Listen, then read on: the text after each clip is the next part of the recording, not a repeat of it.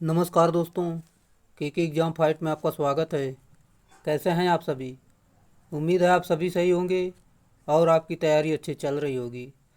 दोस्तों, आज हम इलेक्ट्रिशियन थ्योरी से कुछ महत्वपूर्ण प्रश्न लेकर आए हैं, जो कि ये आपके प्रीवियस ईयर में पूछे गए प्रश्न होंगे। और यहाँ पर मैं आपको बता दूँ, ये आपके UP PCL TG2, UP आर्नल TG2, Punjab PCL, Bihar PCL और एमपी पीजीसीएल, इन सभी भर्ती परीक्षाओं में के लिए काफ़ी महत्वपूर्ण प्रश्न दिए गए हैं। दोस्तों, अगर आप हमारी पिछली वीडियो देखना चाहते हैं तो आप प्लेलिस्ट को विजिट कर सकते हैं। वहाँ पर सारी वीडियो आपको मिल जाएंगी और आसानी से सारी क्लासें देख सकते हैं। चलिए, आपका ज़्यादा टाइम न लेते इन प्रश्नों की शुरुआत करते हैं। चलिए, जो कि आज का हमारा प्रश्न है, अतिचालक यानी सुपर कंडक्टर एक ऐसी वस्तु है जिसमें डैश डैश होती है। सही उत्तर शून्य प्रतिरोधकता होती है। अतिचालक एक ऐसी वस्तु धातु है जिसमें शून्य प्रतिरोधकता होती है, जैसा कि पारा। अगला प्रश्न हमारा दिया है, किसी चालक सामग्री को गर्म करने से उसकी चालकता सही उत्तर कम होती है।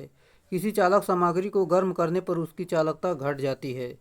अगला प्रश्न, यदि एक चालक के तापक्रम को बढ़ा दिया जाए तो इसका प्रतिरोध सही उत्तर बढ़ जाएगा। चालक को ठंडा करने पर प्रतिरोध का मान में कमी आती है, जबकि गर्म करने पर उसका प्रतिरोध बढ़ता है।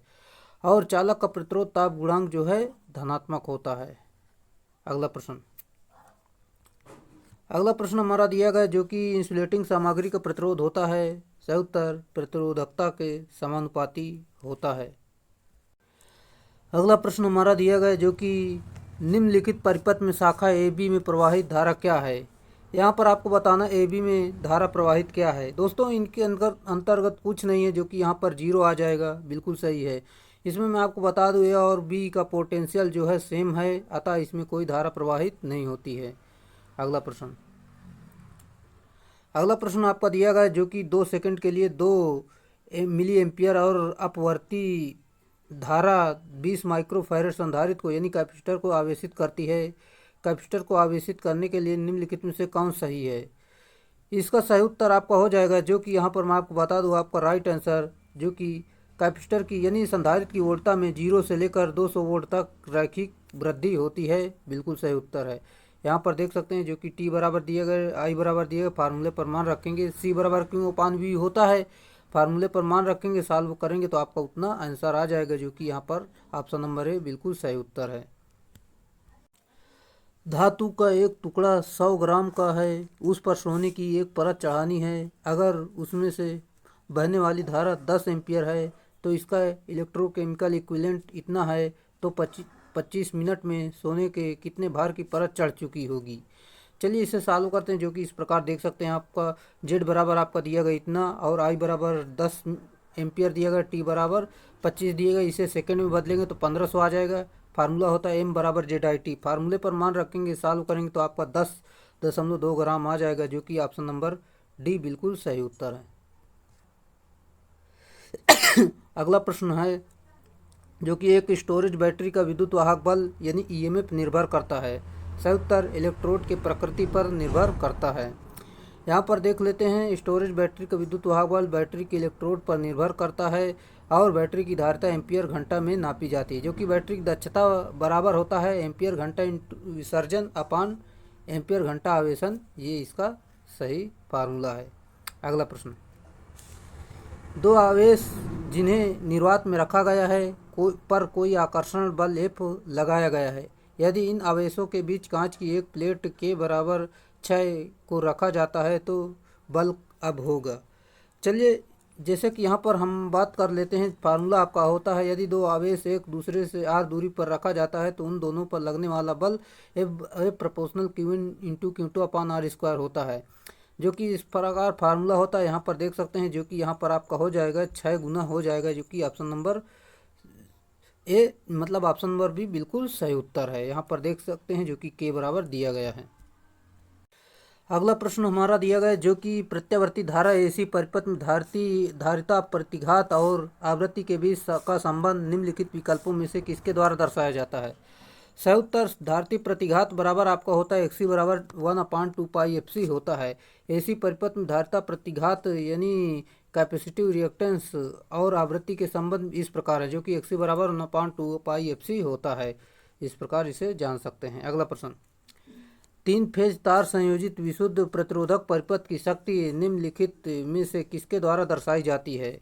सही उत्तर जो कि √3 VLIL इसका सही उत्तर है। यहाँ पर देख सकते हैं जो कि फार्मूला मतलब 3 फेज के लिए यहाँ पर देख सकते हैं √3 VLIL होता है, और यहाँ पर फार्मूला दिया गया है। या तो आप इसे लगा दीजिए या तो इसे ज़रूरत के हिसाब से जो जहाँ रिक्वायरमेंट होती है वहीं पर इसका फार्मूला लगाया जाता है 3 फेज के लिए वही। अगला प्रश्न हमारा दिया गया है, एक चक्र को पूरा करने के लिए एक प्रत्यावर्ती धारा AC द्वारा लिए गए समय को क्या कहा जाता है? सही उत्तर जो कि प्रत्यावर्ती धारा यानी AC की कालावधि कहते हैं। यहाँ पर देख लेते हैं, एक चक्र को पूरा करने के लिए प्रत्यावर्ती धारा AC के द्वारा लिए गए समय को प्रत्यावर्ती धारा का आवर्तकाल कहा जाता है। अगला प्रश्न हमारा दिया गया, किसी अर्धतरंग दृष्टिकारी का अधिकतम दक्षता है? सही उत्तर 40.6%, बिल्कुल सही उत्तर। फार्मूला देख सकते हैं, यहाँ पर रख के आप मान निकाल सकते हैं। अगला प्रश्न, प्रत्यावर्ती धारा को दिष्ट धारा यानी AC को DC में परिवर्तित करने के लिए प्रयोग किया जाने वाला उपकरण है? सही उत्तर रिजक्वायर यानी रेक्टिफायर यानी दिष्टकारी, बिल्कुल सही उत्तर है। प्रत्यावर्ती धारा को दिष्ट धारा में परिवर्तित करने के लिए प्रयोग किया जाने वाला उपकरण जो है दिष्टकारी कहलाता है। दिष्टकारी परिपथ मुख्यतः 4 प्रकार के होते हैं, half wave rectifier, full wave rectifier, bridge rectifier, 3 phase rectifier ये होते हैं। अगला प्रश्न, फिल्टर रेक्टिफायर का प्रधान कार्य क्या होता है? सही उत्तर संशोधित निर्गत से उर्मिका हटाना, ये इसका सही उत्तर है। यहाँ पर देख लेते हैं, फिल्टर रेक्टिफायर का प्रधान कार्य संशोधित निर्गत से उर्मिका हटाना होता है। किसी दिष्टकारी परिपथ से धारा प्राप्त होने वाली DC पल्स रेटिंग को शुद्ध DC से परिवर्तित करने के लिए संधारित्रों तथा चोक से निर्मित एक परिपथ प्रयोग किया जाता है जो फिल्टर परिपथ कहलाता है। अगला प्रश्न हमारा दिया गया जो कि निम्नलिखित में से कौन सा फ्री रनिंग ऑसिलेटर के रूप में उपयोग किया जाता है? सही उत्तर आपका है जो कि स्टेबल मल्टी वाइब्रेटर इसका सही उत्तर है। यहाँ पर देख लेते हैं, stable multi vibrator free running oscillator के रूप में उपयोग किया जाता है। फ्री रनिंग इसलिए कहा जाता है क्योंकि इसमें दोनों अस्थायी अवस्थाएं होती हैं, अर्थात कोई भी स्थायी अवस्था नहीं होती है। जैसे कि इसमें ट्रिगर को बाई स्टेबल मल्टी वाइब्रेटर भी कहा जाता है। इसकी ऑन तथा ऑफ अवस्था समय के लिए होती है। अगला प्रश्न, ट्रांजिस्टर में कॉमन कलेक्टर विन्यास में वोल्टेज प्राप्ति लगभग कितनी होती है? सही उत्तर ऑप्शन नंबर डी जो है बिल्कुल सही उत्तर है। जैसे कि कॉमन कलेक्टर विन्यास का वोल्टेज लाभ का मान इकाई से कम होता है, जो कि कॉमन एमीटर तथा कॉमन बेस का वोल्टेज से अधिक होता है, जो कि देख सकते हैं। यहाँ पर देख लीजिए, जैसे कि इसका इनपुट प्रतिरोध 1 मेगा ओम तथा आउटपुट प्रतिरोध 1 किलो ओम होता है, और यहाँ पर धारा लाभ अधिक लगभग 100 होता है। इसका प्रयोग प्रतिबाधा मैचिंग व बफर स्टेज के रूप में किया जाता है। अगला प्रश्न, एक ट्रांजिस्टर में संग्राहक क्षेत्र यानी कलेक्टर रीजन उत्सर्जक क्षेत्र यानी एमीटर रीजन डैश से बनाया जाता है। सही उत्तर से बड़ा बनाया जाता है। एक ट्रांजिस्टर में संग्राहक क्षेत्र और उत्सर्जक क्षेत्र से बड़ा बनाया जाता है। सबसे छोटा आधार क्षेत्र होता है। इस प्रकार जान सकते हैं। अगला प्रश्न हमारा दिया गया है, निम्नलिखित में से कौन सा उपकरण शिथिलीकरण दोलित्र के रूप में प्रयुक्त होता है? सही उत्तर यूजेटी यानी यूनी जंक्शन ट्रांजिस्टर उपकरण जो है शिथिलीकरण दोलित्र के रूप में प्रयुक्त होता है। यूजेटी जो होता है ऋणात्मक प्रतिरोध अवलक्षण वाली युक्ति होती है। यह एन प्रारूपी सिलिकॉन अर्धचालक पर एक पीएन संधि से निर्मित 3 टर्मिनल इकाई होती है। इस प्रकार देख सकते हैं। अगला है, एक एससीआर की यानी सिलिकॉन कंट्रोल रेक्टिफायर की अग्रदिश धारा को डैश से कम करके उसे बंद किया जा सकता है। सही उत्तर होल्डिंग धारा। यहाँ पर देख लेते हैं, एक एससीआर के अग्रदिश धारा को होल्डिंग करंट से कम करके बंद किया जा सकता है।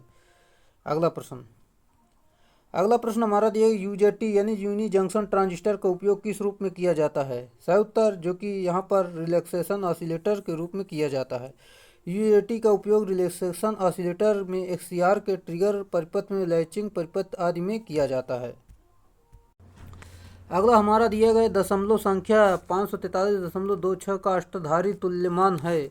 जैसे कि यहाँ पर देखते हैं 543 है, इसे जैसे कि अष्टधारी है तो यानी 8 का यहाँ से भाग दे देंगे, जो कि यहाँ से जो बचेगा इससे नीचे से ऊपर यहाँ पर लिख लेंगे, तो यानी आपका ऑप्शन नंबर ए बिल्कुल सही उत्तर इस प्रकार देख सकते हैं जैसा कि दिया गया है। चलिए अगला प्रश्न हमारा दिया है जो कि इस प्रकार है। अष्टधारी नंबर 1035 की दशमलव संख्या है। सही उत्तर आपका हो जाएगा जो कि 1035 है। तो यहाँ पर आप देख सकते हैं 8 से भाग देंगे, यहाँ पर अष्टधारी है ना, तो यानी 8 पूरी संख्या लिख लेंगे, फिर उसके साथ गुणे में यहाँ पर 8 का घात 0, 8 का घात 1, 8 का घात 2, 8 का घात 3, इसे फिर सॉल्व करेंगे तो आपका जो उत्तर निकल कर आएगा यहाँ पर ऑप्शन नंबर बी बिल्कुल सही उत्तर है। अगला प्रश्न दोस्तों, इसे आप अपने तरीके से सॉल्व करना, क्योंकि यहाँ पर ज़्यादा सॉल्व कराने लगेंगे तो थोड़े ही प्रश्न बहुत सारी टाइम ले लेंगे, इसलिए मैं आपको यहाँ पर सॉल्व बता दे रहा हूँ सिर्फ, जो कि आपको पता चल पाए कैसे सॉल्व होता है। और दोस्तों वीडियो अच्छा लग रहा है तो वीडियो को लाइक कर दें, अपने दोस्तों में इसे शेयर ज़रूर करें ताकि उन तक सारी वीडियो पहुंच सके। और हमारी पिछली वीडियो देखना चाहते हैं तो अभी प्लेलिस्ट का लिंक मिलेगा, आप उस पर क्लिक करके सारी वीडियो आसानी से देख सकेंगे।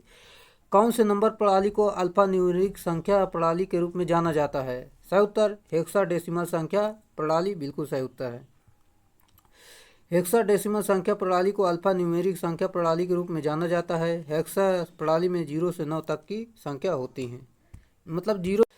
अगला प्रश्न हमारा दिया गया आर्मेचर कोर क्या प्रदान करता है? सही उत्तर चुंबकीय फ्लक्स यानी चुंबकीय अभिवाह में विमुखता यानी रिलक्टेंस पैदा करता है। यहाँ पर देख सकते हैं जो कि आर्मेचर को चुंबकीय फ्लक्स यानी चुंबकीय अभिवाह में विमुखता यानी रिलक्टेंस पैदा करता है। अगला प्रश्न, आर्मेचर प्रतिक्रिया में डेड डैश के लिए ब्रशों को बिल्कुल चुंबकीय न्यूट्रल अक्ष पर रखा जाता है। सही उत्तर आर्मेचर प्रतिक्रिया को कम करने के लिए रखा जाता है। आर्मेचर रिएक्शन को कम करने के उपाय, जैसे कि आर्मेचर रिएक्शन के कारण कम्यूटेटर पर स्पार्किंग होती है। इस स्पार्किंग को कम करने के लिए कार्बन ब्रशों में एमएनए की नई स्थिति तक आर्मेचर के घूमने की दिशा को घुमाना जरूरी है। अगला पॉइंट आपका दिया गया जो कि दिया गया है आर्मेचर रिएक्शन में मुख्य फील्ड कमज़ोर होता है, अतः फील्ड वाइंडिंग की टर्न संख्या बढ़ाकर इस प्रभाव को कुछ सीमा तक कम किया जा सकता है। अगला पॉइंट है जनरेटर के फील्ड ध्रुव यानी पोल की कोर पर चुंबकीय फ्लक्स के लिए रिएक्टेंस बढ़ाई जाती है। अगला है मुख्य ध्रुव की कोर में ध्रुव के सू को बढ़ा दिया जाता है, इसे ध्रुवों की स्टीयरिंग कहते हैं। अगला प्रश्न एक कम्यूटेटर के आसन्न क्षेत्रों से जुड़े किसी कुंडली के शुरुआत तथा समाप्ति के छोरों को डेड डैश के रूप में जाना जाता है। सही उत्तर लैप वाइंडिंग के रूप में जाना जाता है। यहाँ पर देख लेते हैं जो कि दिया गया एक कम्यूटेटर के आसन्न क्षेत्रों से जुड़े किसी कुंडली के शुरुआती तथा समाप्ति छोरों को लैप वाइंडिंग के रूप में जाना जाता है। अगला प्रश्न हमारा दिया गया है डीसी मशीन में निम्नलिखित में से किस प्रकार की वाइंडिंग का उपयोग किया जाता है? सही उत्तर लैप तथा वेव वाइंडिंग दोनों का प्रयोग हम करते हैं डीसी मशीन में। डीसी मशीनों में लैप एवं वेव वाइंडिंग दोनों का प्रयोग किया जाता है। संकेंद्रित वाइंडिंग का प्रयोग अल्टरनेटर में किया जाता है। अगला प्रश्न हमारा दिया गया जो कि इस प्रकार, जैसे कि डीसी मशीन में आर्मेचर प्रतिक्रिया के प्रभाव को निम्नलिखित में से कौन सा नहीं है? सही उत्तर आपका हो जाएगा जो कि यहाँ पर ऑप्शन नंबर डी, जो कि यह मोटर की स्पीड में वृद्धि करता है, बिल्कुल राइट आंसर है। चलिए यहाँ पर देखते हैं जो कि आर्मेचर फ्लक्स का मुख्य फ्लक्स पर प्रभाव डालना आर्मेचर प्रतिक्रिया कहलाती है। आर्मेचर प्रतिक्रिया दो प्रकार की होती है, जो कि विचुंबकन प्रभाव यानी आर्मेचर फ्लक्स मुख्य फ्लक्स को विचुंबकित करता है अर्थात दुर्बल बनाता है। अगला पॉइंट है जो कि क्रॉस चुंबकन यानी चुंबकन प्रभाव यानी आर्मेचर फ्लक्स मुख्य फ्लक्स को क्रॉस चुंबकित करता है अतः विकृत कर देता है।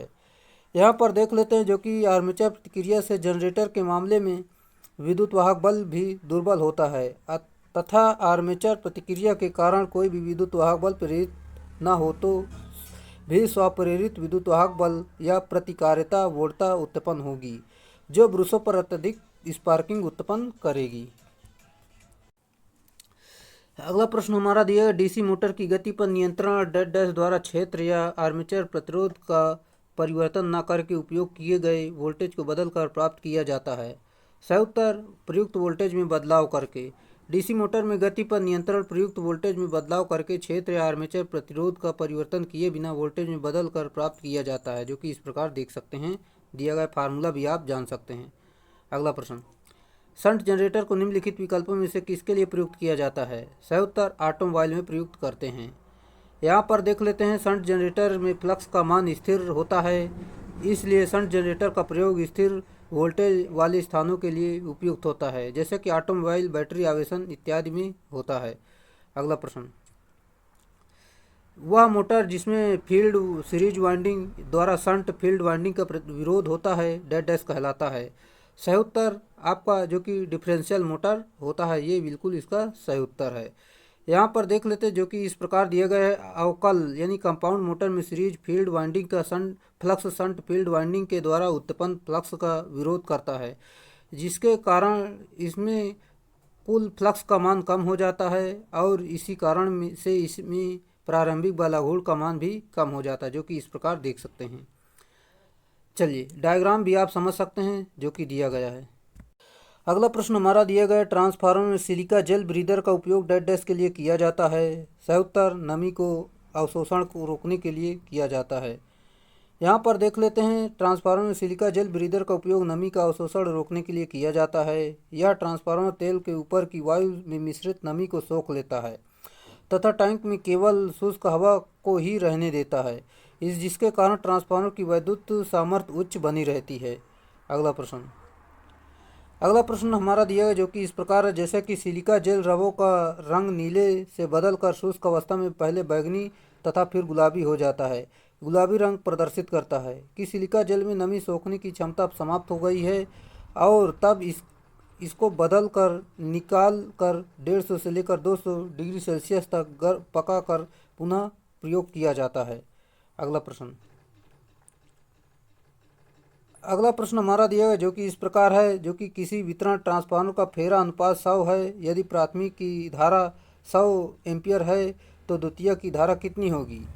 जैसे कि यहाँ पर अनुपात आपका दिया गया यानी K बराबर 100 और यहाँ पर धारा दिया गया है जो कि प्राथमिक धारा 100 है, हमें द्वितीय धारा निकालना। फार्मूला आपका होता है जो कि अनुपात बराबर N1/N2 बराबर I2/I1। यहाँ पर फार्मूले पर मान रखेंगे, सॉल्व करेंगे तो आपका यहाँ पर 10,000 यानी ऑप्शन नंबर सी बिल्कुल सही उत्तर होगा। जैसे कि अगला प्रश्न दिया गया, एक आदर्श परिणामी ट्रेनिंग ट्रांसफार्मर की प्राथमिक शक्ति 100 वाट है तथा विभव अनुपात 2:1 है, तो द्वितीयक शक्ति क्या होगी? यहाँ पर दिया गया, जो कि यहाँ पर मैं आपको बता दूँ, प्राथमिक आदर्श यानी आदर्श है ट्रांसफार्मर तो आपकी 100 वाट होगी, तो यहाँ पर आपका 100 ही वाट द्वितीयक शक्ति होगी, जो कि इसमें एक आदर्श ट्रांसफार्मर प्राथमिक तथा द्वितीयक शक्ति में समान होती है, जो कि इस प्रकार देख सकते हैं। अगला प्रश्न हमारा जो कि इस प्रकार दिया गया है, जैसे कि यहाँ पर देख लेते हैं, वार्निश के साथ लेपित लेमिनेटेड रोधक सामान्य रूप से परिणामित्र में प्रयोग किए जाते हैं। सही उत्तर जो कि यहाँ पर आपका हो जाएगा, भंवर धारा के प्रभाव को कम करने के लिए लेमिनेट करते हैं।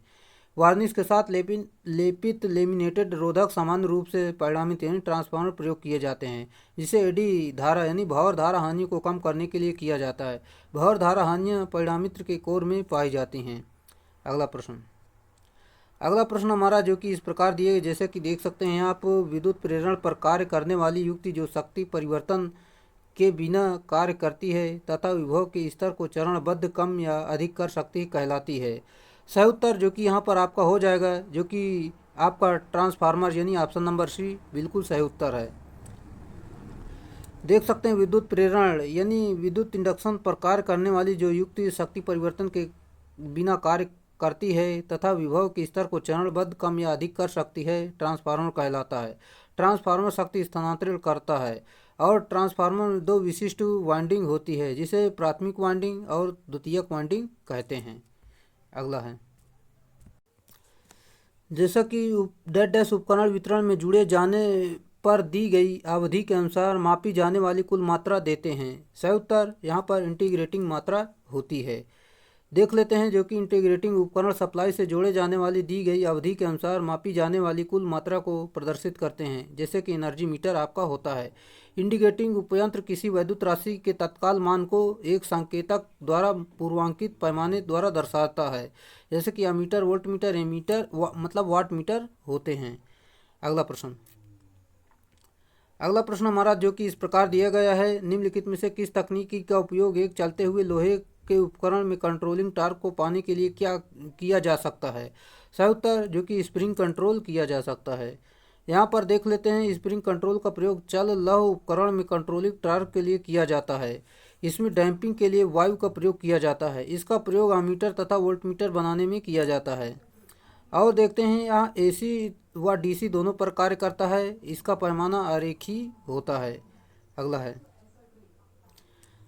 निम्नलिखित में से कौन सा विकल्प एक मेगर का उपयोग करने के उद्देश्य को दर्शाता है? सही उत्तर केबलों को इंसुलेशन रेजिस्टेंस को मापना, यही इसका सही उत्तर है। अगला प्रश्न हमारा दिया गया, 3 फेज इंडक्शन मोटर किसके सिद्धांत पर काम करता है? सही उत्तर म्यूचुअल इंडक्शन के सिद्धांत पर कार्य करता है। यहाँ पर देख लेते हैं जो कि 3 phase induction motor mutual induction के सिद्धांत पर कार्य करती है। मोटर की स्टेटर पर जब सप्लाई दी जाती है तो एक घूर्णी चुंबकीय क्षेत्र बनता है जो कि रोटर से लिंक होकर रोटर चालक को काटता है, जिससे रोटर चालक में विद्युत वाहक बल प्रेरित होता है जो रोटर को घूर्णन करने में सहायक होता है। अगला पॉइंट है, 3 phase induction motor self start motor होती है और 3 फेज इंडक्शन मोटर के स्टेटर की तीनों वाइंडिंग फील्ड वाइंडिंग आपस में 120 विद्युत से विस्थापित रहती है। अगला प्रश्न जो कि हमारा इस प्रकार दिया गया है, जैसे कि यहाँ पर मैं आपको बता दूँ, भारी लोड उठाने के लिए इस्तेमाल किए जाने वाले हाईएस्ट क्रेन आमतौर पर निम्नलिखित में किस मोटर का इस्तेमाल करते हैं? सही उत्तर यहाँ पर जो कि आपका है, जैसे कि आपका option number D, slip ring induction motor का इस्तेमाल करते हैं। व्याख्या देख लेते हैं जो कि भारी लोड उठाने के लिए इस्तेमाल किए जाने वाले हाईएस्ट क्रेन में आमतौर पर उच्च प्रारंभिक बलागुण अधिक होने के कारण स्लिप रिंग इंडक्शन मोटर का उपयोग किया जाता है। स्लिप रिंग इंडक्शन मोटर यह 3 फेज इंडक्शन मोटर का प्रारूप होता है। यदि डीसी मोटर में उच्च बलागुण की आवश्यकता होती है तो उस स्थान पर डीसी सीरीज मोटर प्रयुक्त होता है। अगला प्रश्न हमारा दिया गया, एक यूनिवर्सल मोटर में अल्टरनेटिंग फ्लक्स द्वारा उत्पन्न एडी करंट डैश है। सही उत्तर मोटर में अत्यधिक गर्मी उत्पन्न नहीं कर सकता है, यही इसका सही उत्तर है। यूनिवर्सल मोटर में अल्टरनेटिंग फ्लक्स द्वारा उत्पन्न एडी करंट मोटर में अत्यधिक गर्मी उत्पन्न नहीं कर सकता, क्योंकि कोर लेमिनेटेड होती है। यूनिवर्सल मोटर के लाभ निम्न प्रकार के हैं, जैसे कि दोस्तों यहाँ पर इसकी गति 3600 आरपीएम से लेकर 25,000 आरपीएम तक होती है। यह उच्च पावर फैक्टर पर आउटपुट देता है और यह मोटर जो होती है उच्च बलाघूर्ण देती है और इसका एडजस्टेबल गवर्नर के साथ परिवर्तनीय गति होती है। अगला प्रश्न, टार्क में कमी को रोकने के लिए निम्नलिखित में से किस मोटर में प्रतिरोधकों को आर्मेचर कॉइल और कम्यूटेटर सेगमेंट के बीच रखा जाता है? सही उत्तर जो कि इस यूनिवर्सल मोटर को रखा जाता है। यहाँ पर देख लेते हैं जो कि यूनिवर्सल मोटर में टार्क में कमी को रोकने के लिए प्रतिरोधकों को आर्मेचर कॉइल और कम्यूटेटर सेगमेंट के बीच रखा जाता है। वे मोटरें जो एक कली प्रत्यावर्ती धारा तथा दिष्ट यानी डीसी करंट दोनों पर लगभग समान गति पर कार्य कर सके यूनिवर्सल मोटर कहलाती है। ये मोटरें आंशिक हार्स पावर की होती हैं। ये मोटरें सीरीज वाइंडिंग तथा प्रारंभिक बलाघूर्ण वाली होती हैं। लोड के साथ इनकी गति जो है परिवर्तनशील होती है। अगला प्रश्न, निम्नलिखित में से कौन सा मोटर एसी और डीसी दोनों पर काम करने के लिए डिजाइन किया जाता है? सही उत्तर यूनिवर्सल मोटर इसका सही उत्तर है। यहाँ पर देख लेते हैं, यूनिवर्सल मोटर एसी और डीसी दोनों पर काम करने के लिए डिजाइन किया जाता है। समांतर सार्वत्रिक यानी यूनिवर्सल मोटर एसी सीरीज प्रकार की मोटर होती है, जिसका बलाघूर्ण उच्च गति होती है। अगला प्रश्न, डेड डैश को मिक्सर ग्राइंडर के सार्वभौमिक मोटर में उपयोग किया जाता है। सही उत्तर यहाँ पर दोनों फील्ड तथा आर्मेचर वाइंडिंग बिल्कुल सही उत्तर है। यहाँ पर देख लेते हैं जो कि इस प्रकार फील्ड वाइंडिंग तथा आर्मेचर वाइंडिंग दोनों को मिक्सर ग्राइंडर को सार्वत्रिक यानी यूनिवर्सल मोटर में किया जाता है। यूनिवर्सल मोटर एसी तथा डीसी दोनों सप्लाई पर कार्य कर सकती है। यूनिवर्सल मोटर एक एसी सीरीज प्रकार की मोटर होती है। इसका बलाघूर्ण तथा गति दोनों उच्च होती है। अगला प्रश्न हमारा दिया गया, प्रत्यावर्तितों में अवमंदक कुंडलियां डैश डैश में प्रदान की जाती हैं। सही उत्तर पोल शू। अल्टरनेटर में अवमंदक कुंडलियां यानी डैम्पर वाइंडिंग में पोल शू प्रदान की जाती है। जैसे कि डैम्पर वाइंडिंग का मुख्य कार्य मशीन में उत्पन्न दोलन यानी हंटिंग इफेक्ट कम करना होता है। डैम्पर वाइंडिंग सिंक्रोनस मोटर को स्टार्ट करने के लिए प्रयोग की जाती है और डैम्पर वाइंडिंग इंड रिंग द्वारा दोनों सिरों पर शॉर्ट सर्किट रहती है। अगला प्रश्न, 6 पोल वाले 50 हर्ट्ज के प्रत्यावर्तक की गति डैश डैश होती है। यहाँ पर फार्मूले पर मान रखेंगे एन एस यानी सिंक्रोनस स्पीड बराबर 120 एफ अपान पी होता है। फार्मूले पर मान रखेंगे, सॉल्व करेंगे तो आपका 1000 आरपीएम आ जाएगा। बिल्कुल सिंपल है, आप इसे सॉल्व कर सकते हैं, जो कि इस प्रकार सॉल्व करेंगे। अगला प्रश्न, आउटपुट वोल्टेज में सबसे बड़ी गिरावट एक अल्टरनेटर में से किस लोड पर पूरा भार लेने के परिणाम स्वरूप होगी? सही उत्तर एलपीएफ कंडक्टिव लोड बिल्कुल सही उत्तर है। यहाँ पर देख लेते हैं, जो कि इस प्रकार दिया गया है। आउटपुट वोल्टेज में सबसे बड़ी गिरावट एक अल्टरनेटर में एलपीएफ इंडक्टिव लोड पर होती है। अल्टरनेटर में एलपीएफ इंडक्टिव लोड आर्मेचर प्रतिक्रिया के विद्युत चुम्बकीय प्रभाव के कारण आउटपुट वोल्टेज में गिरावट होगी। अगला प्रश्न हमारा जो कि दिया गया है, जहाँ पर आप देख सकते हैं, किसी इलेक्ट्रिक मोटर के पोल फेस और आर्मेचर के बीच का वायु अंतराल कम से कम क्यों रखा जाता है? सही उत्तर प्रबल चुंबकीय क्षेत्र पाने के लिए रखा जाता है। यहाँ पर देख लेते हैं, जो कि प्रबल चुंबकीय क्षेत्र प्राप्त करने के लिए मोटर के पोल फेस और आर्मेचर के बीच वायु अंतराल को कम से कम रखा जाता है, क्योंकि वायु अंतराल बढ़ने पर रिएक्टेंस का मान बढ़ जाता है। अगला प्रश्न हमारा जो कि दिया गया है, निम्नलिखित में से किसमें शाफ्ट और लेमिनेटेड कोर पर लगे पोल और वाइंडिंग को कोर बनाने के लिए एक साथ जोड़ा जाता है? सही उत्तर सैलिएंट पोल टाइप रोटर बिल्कुल सही उत्तर है। यहाँ पर देख लेते हैं, सैलिएंट पोल टाइप रोटर में शाफ्ट और लेमिनेटेड कोर पर लगे पोल और वाइंडिंग के कोर बनाने के लिए एक साथ जोड़ा जाता है। इस प्रकार के रोटर की अच्छी लंबाई और उसके व्यास की अपेक्षा कम होती है। इस प्रकार के रोटर में ध्रुवों को इतना सुदृढ़ बनाया जा सकता है कि वे उच्च चाल पर अपकेंद्री बल के कारण उच्च प्रतिबल को सहन कर सकें। इसलिए इन्हें निम्न गति के प्रत्यावर्तकों में प्रयोग में लाया जाता है। इसमें ध्रुवों की संख्या 6 तथा यहाँ पर 40 तक हो सकती है। अगला प्रश्न हमारा जो कि दिया गया, जो यहाँ पर देख सकते हैं, एक सिंक्रोनस मोटर में उत्तेजन में परिवर्तन उसके डैश डैश से को प्रभावित करता है। सही उत्तर ऊर्जा घटक को प्रभावित करता है। यहाँ पर देख लेते हैं, एक सिंक्रोनस मोटर में उसके उत्तेजन को परिवर्तित करके शक्ति गुणक यानी पावर फैक्टर एवं आर्मेचर धारा को परिवर्तित किया जा सकता है। उत्तेजन धारा एवं शक्ति गुणक यानी पावर फैक्टर के बीच जो ग्राफ खींचा जाता है वो इन्वर्टेड यानी वी कर्व होता है। इस प्रकार देख सकते हैं। अगला प्रश्न हमारा दिया गया, इनमें से कौन सा सिंक्रोनस मोटर का लाभ है? सही उत्तर यह नो लोड से फुल लोड तक स्थिर गति प्रदान करती है। यही आपका लाभ होता है सिंक्रोनस मोटर का। और देख लेते हैं, जो कि दिया गया है, सिंक्रोनस मोटर के लाभ निम्न प्रकार के हैं, जो कि ये पृथक शक्ति गुणक यानी पृथक पावर फैक्टर पर कार्य करने योग्य होती है। इस मोटर की गति भार के कम या अधिक होने पर स्थिर रहती है। ये मोटर प्रवाहित विभव के कम या अधिक होने पर स्थिर रहती है। अगला प्रश्न हमारा दिया है, रोटरी कन्वर्टर में एसी और डीसी को डैश डैश द्वारा प्राप्त किया जा सकता है? सही उत्तर यांत्रिक शक्ति के माध्यम से शाफ्ट पर घूर्णन करके प्राप्त किया जा सकता है। रोटरी कन्वर्टर में एसी और डीसी को यांत्रिक शक्ति के माध्यम से शाफ्ट पर घूर्णन करके प्राप्त किया जाता है। अगला प्रश्न, परिवर्तक में एसी को डीसी में डैश डैश द्वारा रूपांतरित किया जाता है? सही उत्तर मोटर जनरेटर सेट द्वारा रूपांतरित करते हैं। यहाँ पर देख लेते हैं, परिवर्तक में एसी को डीसी में मोटर जनरेटर सेट के द्वारा रूपांतरित किया जाता है। एसी शक्ति प्रदाय को डीसी शक्ति में रूपांतरित करने की क्रिया दिष्टकारी यानी रेक्टिफिकेशन कहलाती है, जो कि इन्वर्टर डीसी शक्ति को एसी में शक्ति को परिवर्तित करता है। अगला प्रश्न,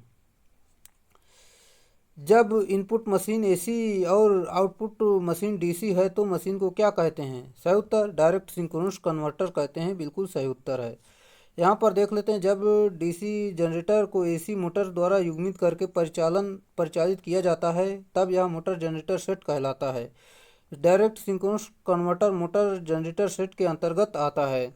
जब बहुत बड़े डीसी जनरेटर को चलाना रहता है तो प्राइम मूवर के रूप में सिंक्रोनस मोटर का उपयोग किया जाता है। डायरेक्ट सिंक्रोनस कन्वर्टर द्वारा प्राप्त डीसी आउटपुट वोल्टेज प्रायः स्थिर रहती है।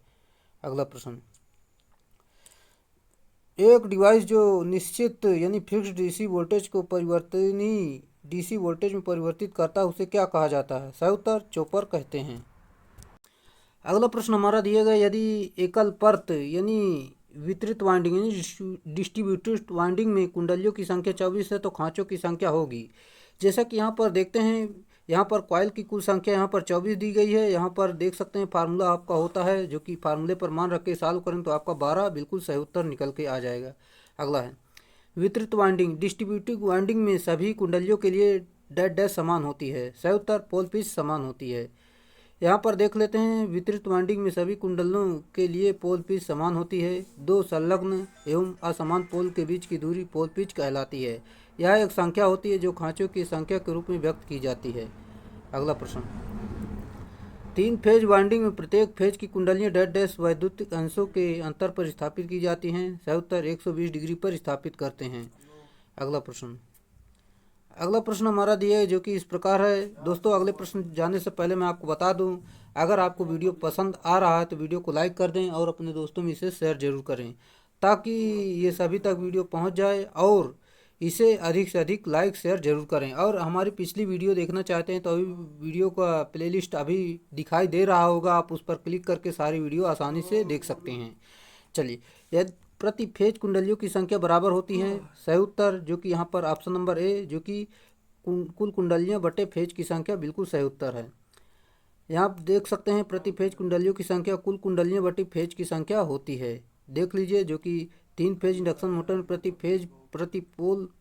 पोल कुंडलियों की संख्या बराबर होती है, जो कि दिया गया कुल कॉइल की संख्या बटे फेज की संख्या गुणे पोल्स की संख्या होती है।